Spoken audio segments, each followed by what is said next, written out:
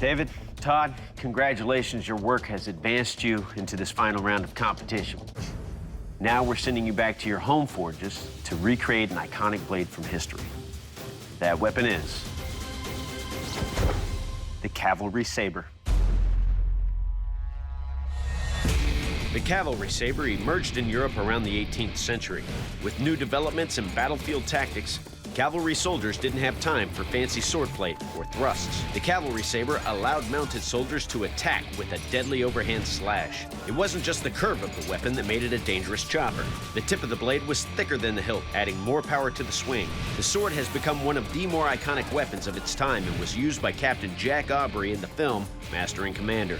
Though lethal enough to cut off an arm with a single swing, the advent of gunpowder saw the cavalry saber relegated to ceremonial purposes. Good luck, bladesmiths. We'll see you in 5 days. Yeah, let's do this.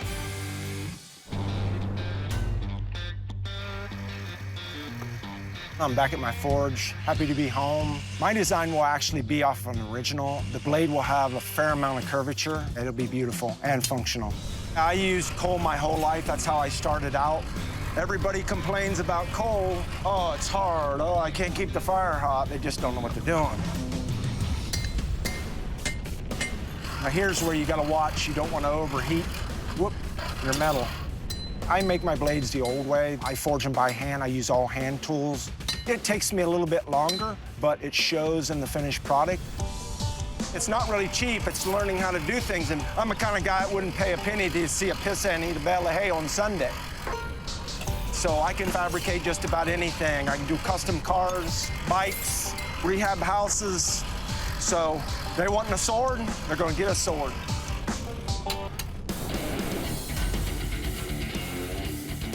And away we go. We're here, Oklahoma City, in my home shop.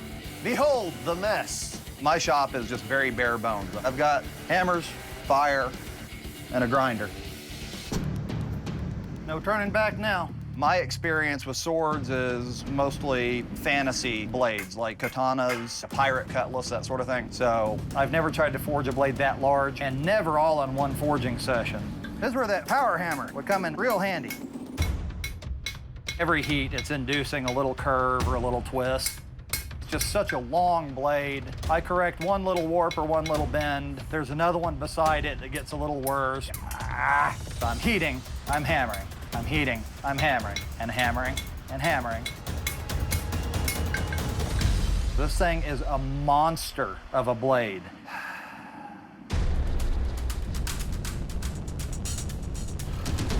Day 2, and I'm feeling good.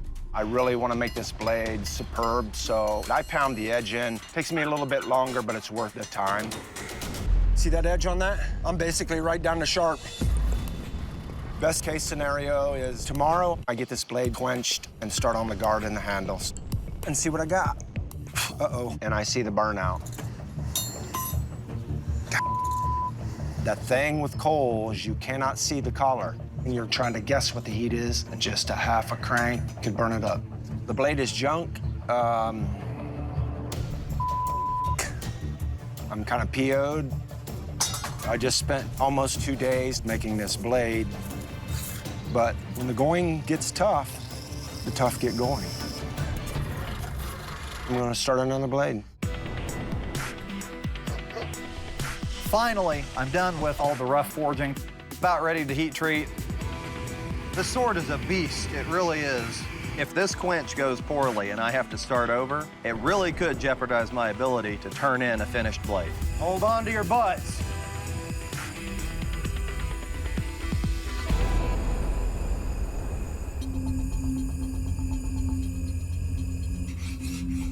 Maybe it's hard like trigonometry. Look at it, spring. Go ahead and take some of these warps out with a torch and move on to grinding. Every bladesmith knows this sound. It's the dreaded ping of death. And I really don't like that sound. I forgot that when you dip it in water, built a bunch of stress. Son of a bitch. Caused it to crack. Can't even explain how disappointed I am right now. Half the time is gone, and I gotta start over completely. Yesterday, I made another blade.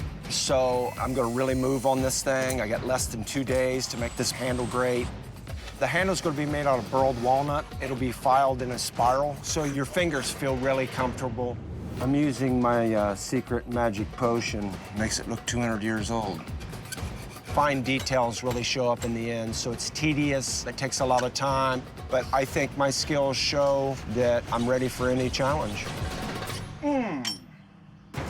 Yep, she's sharp.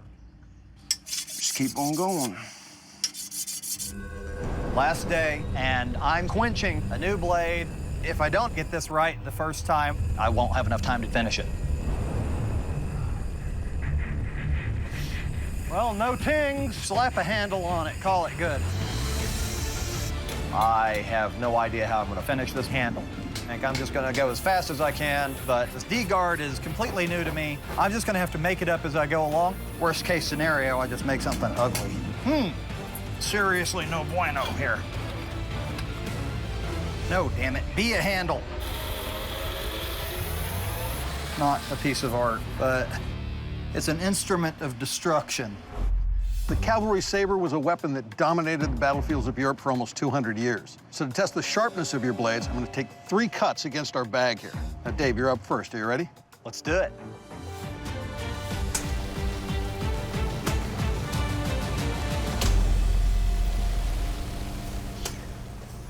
Went about 3/4 of the way through.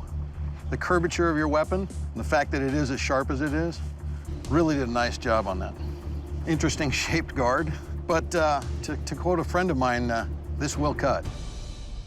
All right, Todd, you're up. Are you ready? Yes, sir, I'm ready.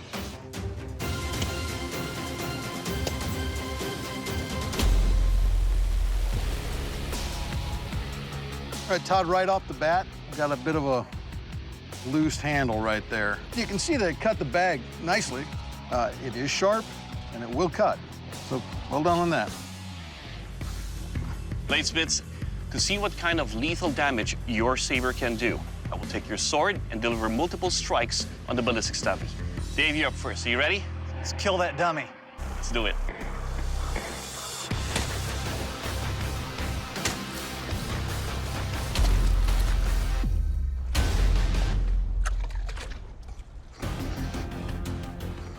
Dave, your blade is razor sharp. On the initial slash, you can see how much it lacerated through. Second one made it all the way into the bone. And even on the thrust, with the way your blade is angled, you can lacerate and gut everything that's in there. This, sir, will kill.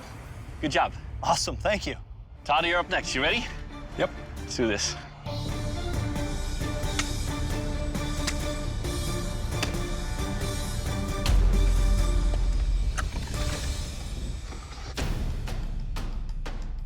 Okay, Todd, on the horizontal slash with the movement, it dug in nicely. You've got a good configuration with your blade here. This weapon will kill. Awesome. Good job. Thank you. Gentlemen, to test the edge of your blade, we're gonna take your swords, clamp them in a vise, and fire a bullet at them. Awesome. Dave, you're up. Tear it up. All right, guys.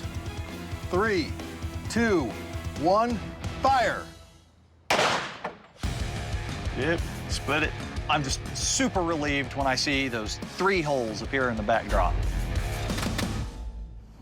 Dave, you can actually see the 2 points where the hollow point bullet hit this blade.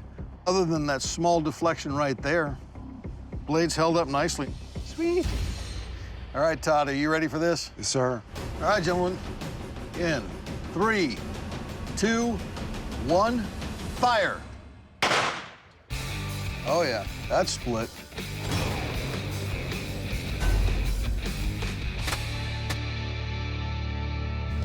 So that bullet split nicely on your sword. There's a little bit of edge deflection, but very little. Still straight, hardly affected the edge at all. Nicely done. Thank you. All right, gentlemen, you've both done fantastic work. However, in this arena of competition, there can only be one Forged in Fire champion. Dave, congratulations, you are the Forged in Fire champion. Todd, please surrender your weapon. I'm very proud of what I've done. To make a blade, it doesn't matter whether you've made 100 or 1. Things can happen at any time, just like life. I'm just gonna move on, you know, and do better and continue to make what I make and do what I do. Dave, congratulations. You are the new Forged in Fire champion and will receive a check for $10,000. Good job. Thank you. Yeah, I'm in total shock over this. I don't think any of this is going to sink in until my feet touch down in Oklahoma again. I'm a hobbyist against a bunch of full-time bladesmiths. I'm going to be talking forever about this. I'm very happy and excited.